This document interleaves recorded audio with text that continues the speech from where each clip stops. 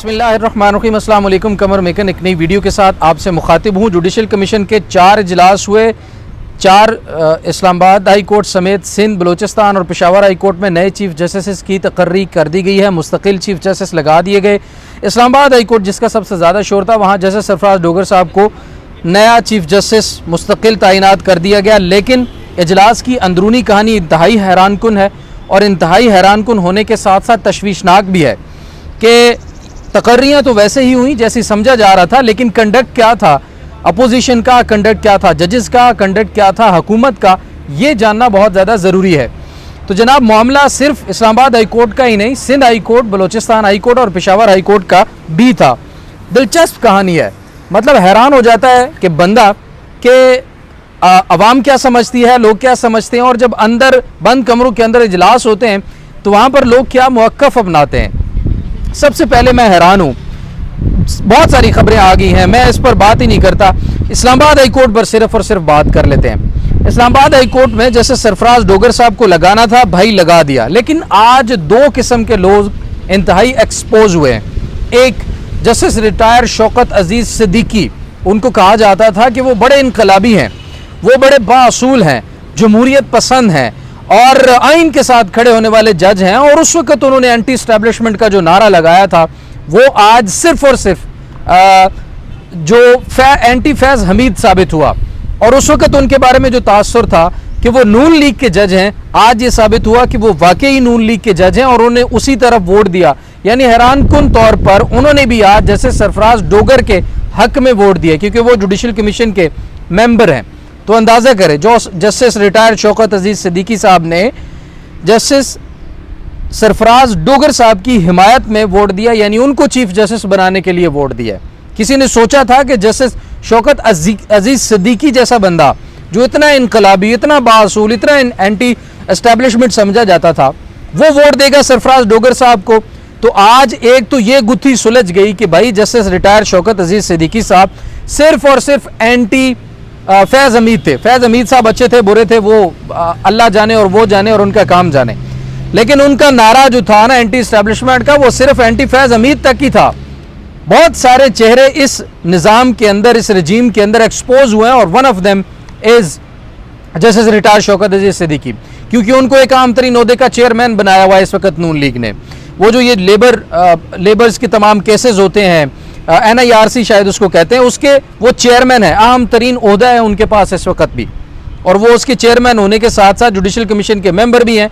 तो यहाँ पर उन्होंने आज जब बात हुई तो जस्टिस अमीनुद्दीन खान साहब का खैर फैसला कुन वोट था, लेकिन जस्टिस रिटायर्ड शौकत अजीज़ सिद्दीकी ने भी जस्टिस सरफराज डोगर के हक में वोट दिया, जिसके बाद 9 अरकान 16 में से 9 अरकान ने सरफराज डोगर साहब के हक में वोट दिया और जस्टिस मंसूर अली शाह और जस्टिस मुनीब अख्तर ने जस्टिस मोहसन अख्तर कियानी के हक में वोट दिया।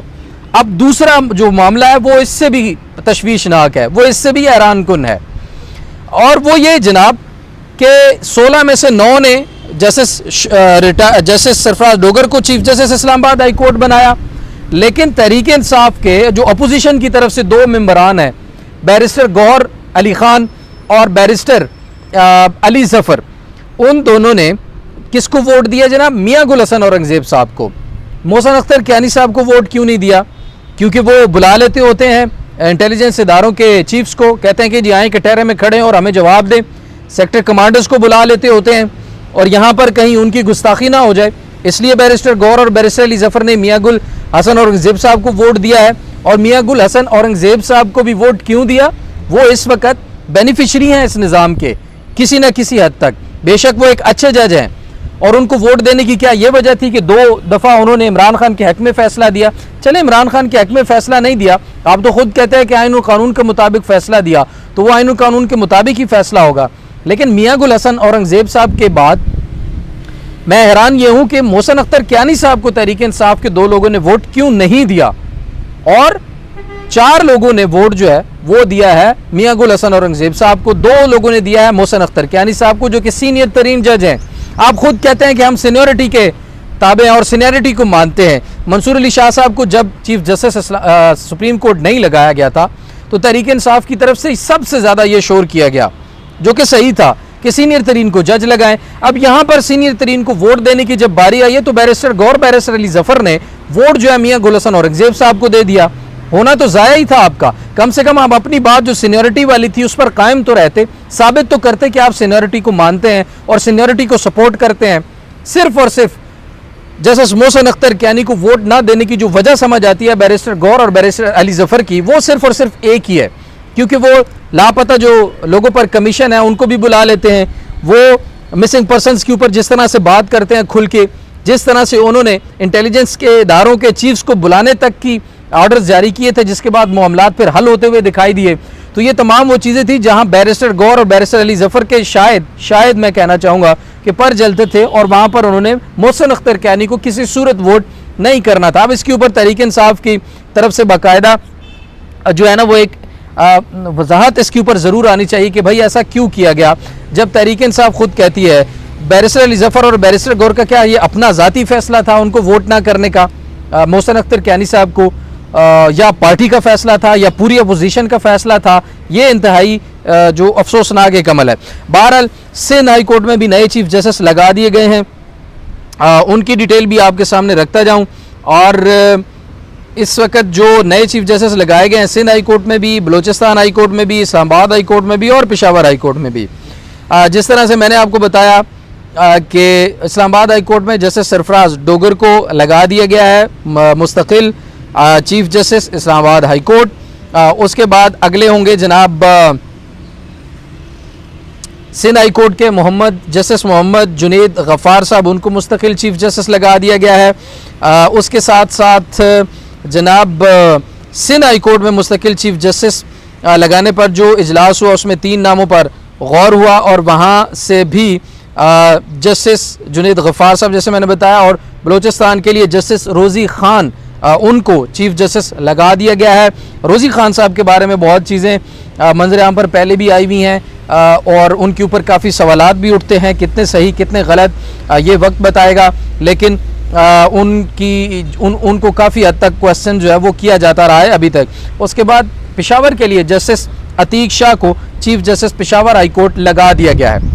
अब पिछली वीडियो में मैंने आपसे कुछ गुजारिशात की थी कि अब मखसूस नशिस्तों के बाद ये एक वाहिद अमल था जुडिशल कमीशन का जो होना था, जहां पर नए चीफ जस्टिस की तैनाती होनी थी, वो भी हो गई है। और अब इस तरह से लगता है कि जो ये वाला मिशन था, मिशन 27th अमेंडमेंट, वो कंप्लीट हो गया है और अब 27वीं तरमीम की राह में कोई भी रुकावट मौजूद नहीं है। किसी भी वक्त 27वीं तरमीम अब की जा सकती है। 27वीं तरमीम के बारे में सुप्रीम कोर्ट बार के सदर रऊफ़त साहब, इस्लामाबाद हाई कोर्ट बार के सदर वाजिद गिलानी साहब, ये दोनों कह चुके हैं कि जो है वो उसमें ये चीज़ें शामिल की जाएं जिसमें आईनी अदालत बनाने का सुप्रीम कोर्ट बार के सदर रऊफ़त साहब ने कहा है। और जजेस का ट्रांसफ़र करने का जो मामला है, जजेस को विदाउट कंसेंट ट्रांसफ़र करने का, जैसे इस्लामाबाद हाई कोर्ट में 5 जजेस इस वक्त सिस्टम के लिए सरदर्द तो हैं, बहादुर जजेस हैं, आइन परस्त जजेस हैं, डट जाने वाले जजेस हैं, और उन्होंने आला तरीन अदलिया के लिए जो मिसाल कायम की है रेजिस्टेंस की अदलिया के अंदर, वो भी जो है कहीं नहीं मिलती, तो उनको अब कहीं ना कहीं फिक्स करना है। तो उस तरफ वो इशारा था कि 27वीं आईनी तरमीम के अंदर जो जजेस को ट्रांसफ़र करते हुए, जिस जजेस को ट्रांसफ़र करना है उसका कॉन्सेंट लेना ज़रूरी होता है, तो उस कॉन्सेंट को शायद 27वीं आईनी तरमीम में ख़त्म कर दिया जाए, जिसके बाद इन 5 जजेस को इस्लामाबाद हाई कोर्ट से उठाकर दूर दराज इलाकों में जो हाई कोर्ट्स हैं वहाँ भेज दिया जाए, किसी को बलूचिस्तान, किसी को सिंध, पेशावर या कहीं दूसरे लाहौर वगैरह में भी भेजा जा सकता है। तो ये मुमकिन तौर पर ये चीज़ भी मुस्तकबिल में सामने आ सकती है। बहरहाल इस्लामाबाद हाई कोर्ट की हद तक जैसे जमाल खान मंदोखेल ने किसी को भी वोट नहीं किया, जैसे समीनुद्दीन खान ने वोट किया है सरफराज डोगर साहब के हक़ में, लेकिन सबसे दो इंतहाई अहम तरीन और हैरान कुन मेरे लिए बातें थी, वो थी जस्टिस रिटायर शौकत अजीज़ सिद्दीकी का जस्टिस सरफराज डोगर को वोट करना, और बैरिस्टर गौहर अली ख़ान और बैरिस्टर अली जफ़र का जो अपोजिशन के दोनों रहनुमा जुडिशल कमीशन के अंदर मौजूद है, उनका वोट करना जस्टिस मियां गुल हसन औरंगज़ेब को, ना कि जस्टिस मियां मोहसिन अख्तर कियानी साहब को। तो ये 2 चीज़ें इंतहाई हैरान कुन और सीरियस किस्म के सवालात खड़ी करते हैं। मज़ीद जो अपडेट्स होंगी वो भी आपके सामने रखेंगे। नाज़रीन, अपना और अपने प्यारों का बहुत सारा ख्याल रखिए। अल्लाह निगहबान।